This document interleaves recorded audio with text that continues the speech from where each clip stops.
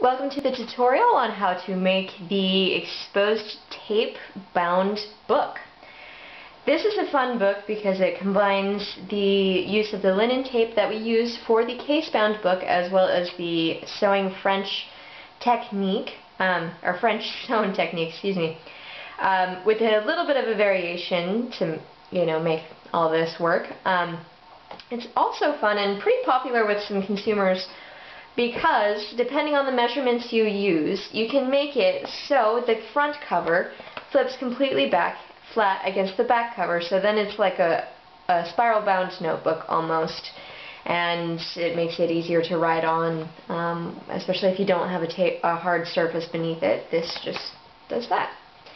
So for the supplies you'll need your basics, your cover and your text block, your thread, as well as some tape. It doesn't need to be the linen tape we use for the case bound. It can be some bias tape, which you can get at any craft or sewing store, or ribbon. What's fun with the ribbon or the bias tape is it comes in a lot of different colors, so it gives you plenty of room to experiment with your color scheme and your theme of your book. Alright, let's get started. When you're making your cover, you first want to cut out what are called graves, which are wide enough to fit whatever tape or ribbon you're using.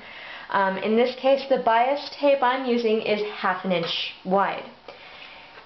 And make it long enough so there is enough space in there, enough tack for the tape to stay attached to the board. So what I have cut is a 1/2 inch by 1/2 inch square. I have cut 1, 2, 3, 4, 5 of them. The number of graves doesn't matter. That is up to you and the aesthetics you're looking for in your book. You just want enough to be sure that everything is bound together really nicely, which we all know. After you have cut your graves, you will go on the inside of the grave, the side that is closest to the spine, and slice completely through your book board until it goes to the outside, because then you can insert your tape in there, then glue it down inside the grave. Now, on a note, I had mentioned before that depending on the measurements, you can flip your cover so it goes all the way back. That is if you bring that first edge of the grave a 1/2 inch into your book board. For example, something that is not a 1/2 inch, this is a 1/4 inch, and I cannot pull it back completely without it pulling away like this. Once you get into the middle of the book, though, you can do that, but if you want to be able to start off from the beginning with it going completely back, you want to go a 1/2 inch. I would not go much further than a 1/2 inch into the cover, because as you can see already at a 1/2 inch, the cover, it seems floppy. Not exactly flimsy, but floppy, which, can be annoying. But anywhere between, I would say, a 1/4 to a 1/2 inch is safe ground. Alright, as you can see, I have already inserted my tape into the cover. And you're going to be inserting it from the front, or from the outside of the cover into the back. And you want to have already covered your book board with the paper or book cloth that you like once you do that. Let's see. Now I am starting with this tutorial with the front cover and then working back. You can start with the back cover and work up. That is completely up to you. And when I am sewing from the top down and then back up and down for each signature. And that'll make more sense if it doesn't already as we progress in the tutorial. But you also can start from the bottom and work your way up, as with the covers. So I have my text block And I have already poked a couple holes or stations into a few of my signatures. When you're making the stations in your signatures, you want to make the stations relatively snug around the tape. A word of caution: if you make it too snug, say right just below the tape here, it's going to make the tape bunch underneath the thread when you're doing the actual sewing and binding part. So I would make it just a tiny bit outside of it, so then it's tight, it's again snug next to the tape without being too tight. So, going through the first station from the valley, I'm going into the mountain. Lops of thread. And I'm going to leave a tail here and actually place it underneath my clip so it stays in place. You want to leave plenty of room so you feel comfortable in tying the knot there for the thread to stay. Now I'm going to place the tape over and then go into the next station. Simple as that.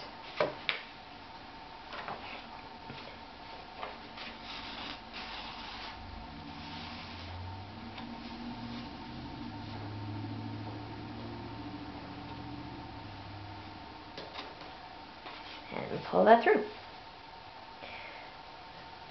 And then do that with the next tape, and the third, and the fourth, and the fifth, until I continue down to the bottom. Now I've reached the bottom of my first signature. So I have ended with the needle and thread in the valley position. From here, I will go back into the second to the bottom hole. Remember, because I am starting from the top.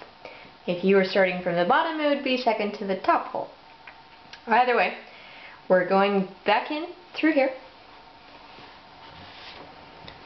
And this is where it's different than the French sewn. Rather than having a separate station away from the tapes or your double stations, we are just going to go backwards. And thread is tangled. Alright. And this is where we add the second signature. Grab that here. Yep, that looks like it's the right side.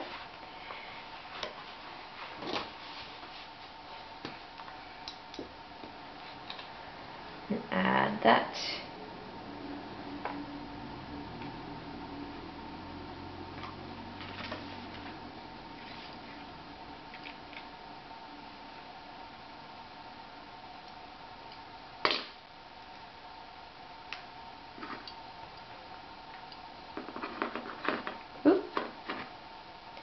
Get a hold of my clip here.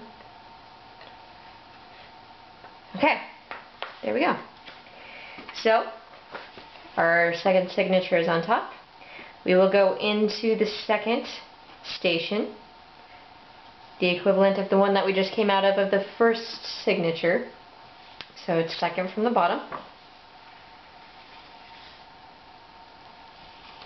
And pull it through without wrapping around the tape here. And there we go. So now we go back into the first station and up. And this is where the French sewn comes in.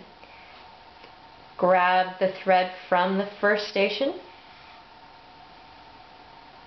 pull, and go back into the next station. And continue down. Oop.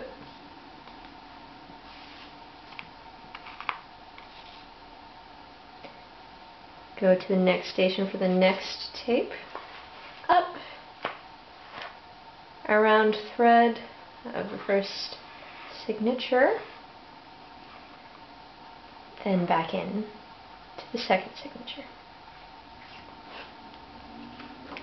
And again, continue that until you make it to the bottom of the second signature.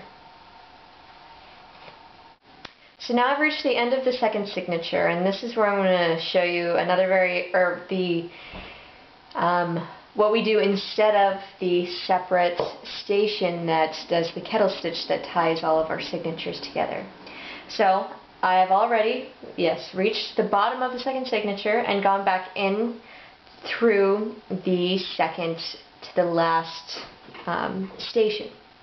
So I'm going to go to the first signature and grab that thread of the first signature.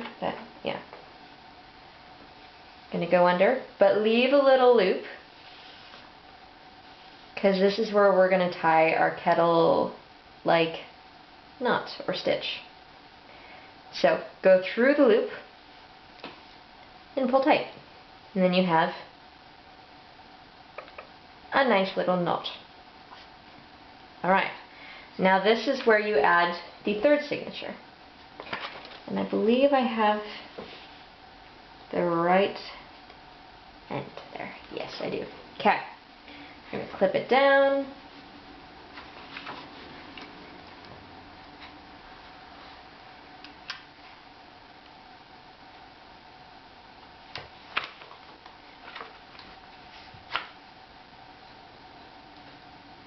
And now I will commence with my sewing. So, we are still at the second to the last station, and therefore we go in to the second to the last station of the next signature.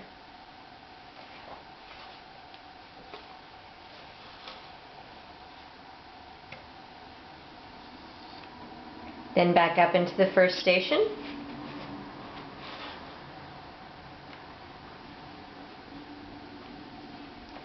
Over the tape, while grabbing the thread from the previous signature, which right now is the second signature.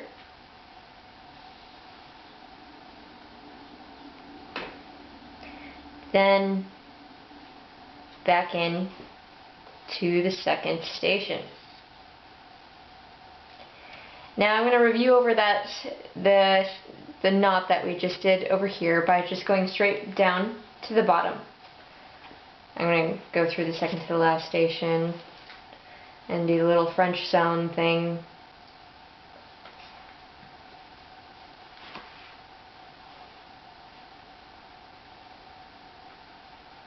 Back or down into the last station. Back up to the previous station and through. Now, at this point, because I've added a new signature, I'm going to the previous signature. So now I'm going in between the second and the first signature. And I'm going in between the tape and the thread. Because if you remember from when we attached these, there is a thread that just loops in, that goes from the first to the second signature. So I'm going to go under that thread there, once I can actually get in there. Alright, so I got under the thread.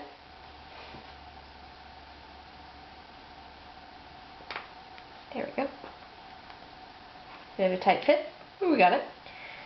Pulling, leaving a little loop.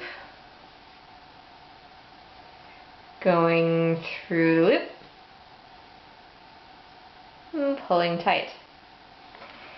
So, as you commence in your sewing and keep adding signatures, you're going to have a nice little chain of knots up here that lead up. As you can see here, we have our chain of knots. Very lovely, isn't it?